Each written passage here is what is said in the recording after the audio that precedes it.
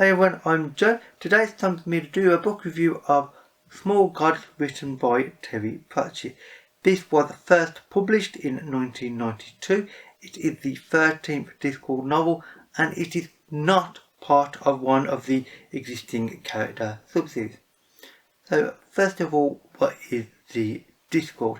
It is, as the title actually suggests, a disc-shaped world, a flat world, which logically rests on the back of 4 large elephants, which stand on the back of a very large world turtle, which swims through space as through it was water. Now, it sounds strange, but one aspect of it being this unusual is the Discworld idea is that it only is able to exist because the rules of reality around the Discworld are essentially thinner, therefore magic can exist and other things can exist, like belief can turn into real things. Remember, gods exist because basically people believe in them, and they only exist because people believe in them. Hence where this book comes into play. So, as for a synopsis, the book starts off in the kingdom of Omnia. This is a very religious kingdom, unlike previous cities and states and such that we've seen in Discworld books. This is easily the most religious, at least on the surface, and it is unfortunately got to a point though, this kingdom, where the state-run religion has become all-encompassing.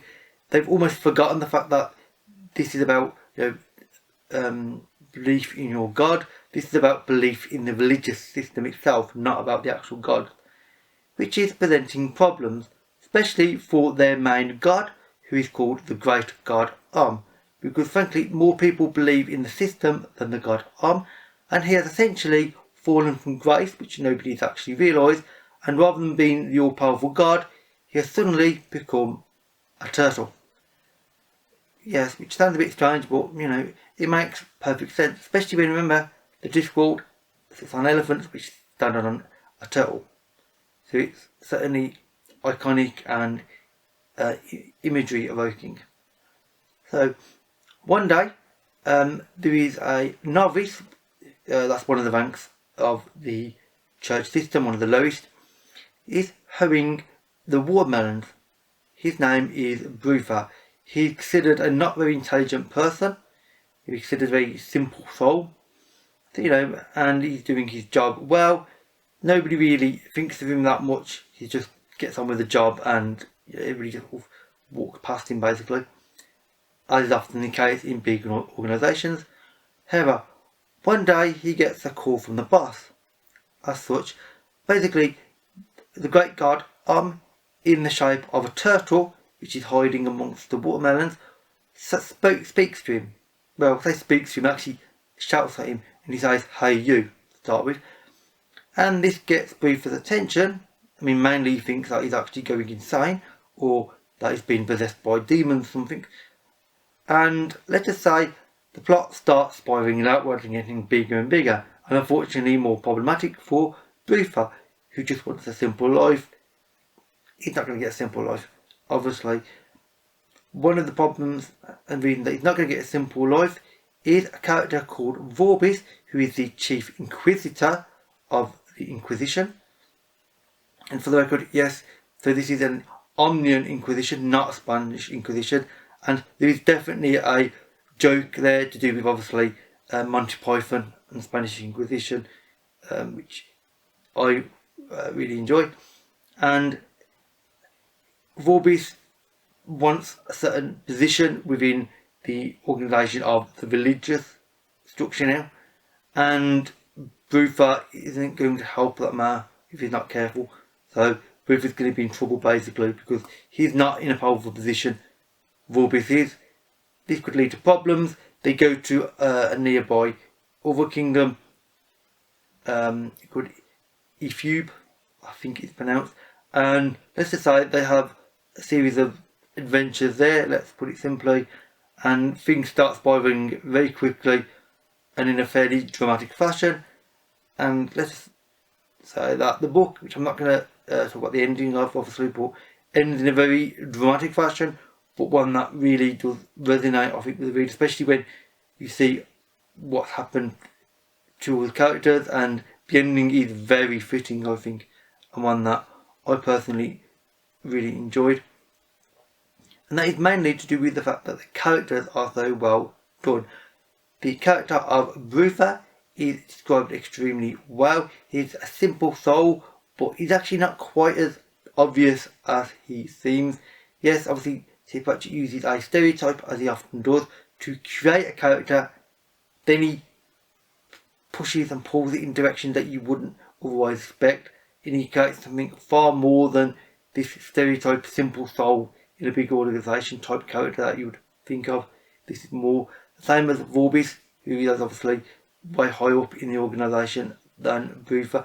Vorbis comes across as frankly, the kind of evil, scheming, power hungry official who's trying to basically kill everybody so he can be at the very top and rule basically the world type idea. But even Vorbis, he may appear horrible, and for the most part he is actually, but he's not horrible for no reason. His reasoning is logical. It's not very nice logic, but it is logic nevertheless. And you get the interactions between the two of them, because obviously they do spend time together, and it's really quite fascinating how you've got the simple soul and the complicated person on the surface mixing and interacting, and this combined with the great god Om, who is a very interesting character because he's a all-powerful god in the form of a turtle, which is problematic, and he interacts in interesting ways with Brutha.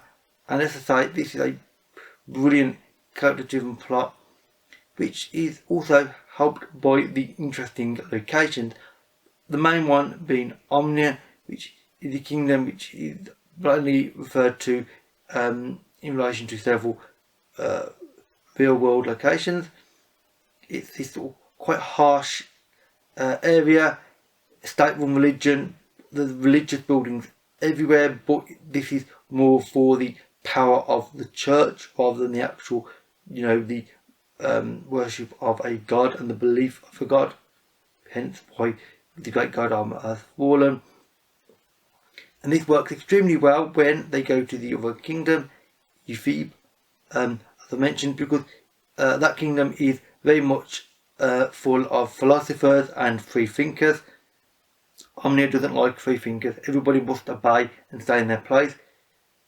And so they have issues with an area that is literally filled with free thinkers and people that have a very great desire to be free and liberty and freedom and that sort of thing. This is obviously certain real life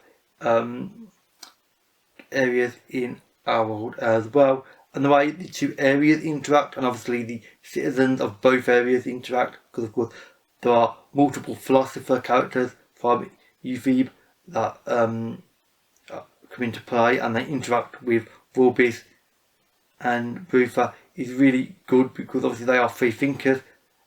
Anybody from Omnia tends not to be free thinkers, tend to be very insular and focused in a life, and this creates some interesting dynamics, let's say, what with the various characters, and indeed the ideas and themes in the book, which are primarily really slightly more obvious what the ideas are, and it's easy to talk about in a sense, and that is obviously the idea of Pratchett essentially having fun in a light-hearted and non-offensive way about religion, state-run religion, and what religion means to a country, essentially.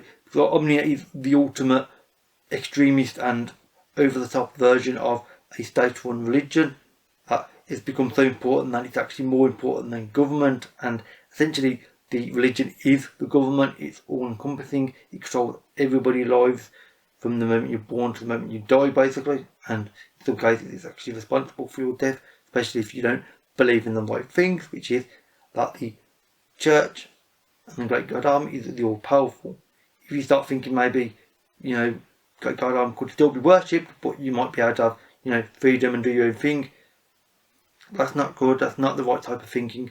So this is about also freedom of expression and freedom of thought and just general freedom, because this is a situation where the church doesn't want people to think sort of heretical thoughts like this, and obviously people can't help this, which leads to some unfortunate circumstances where people are obviously getting literally sacrificed, which is essentially the church doing their sort of legal and nice version, I suppose you could say, of essentially like assassinating anybody that they don't like and that stands against them, which frankly happens in the real world. Obviously not as much, at least in Europe, as it does in other places, but this has always happened in our real world. It happened in the book, and Pratchett is exploring this with a remarkable sarcastic eye, and also a very deep and introspective eye, and he does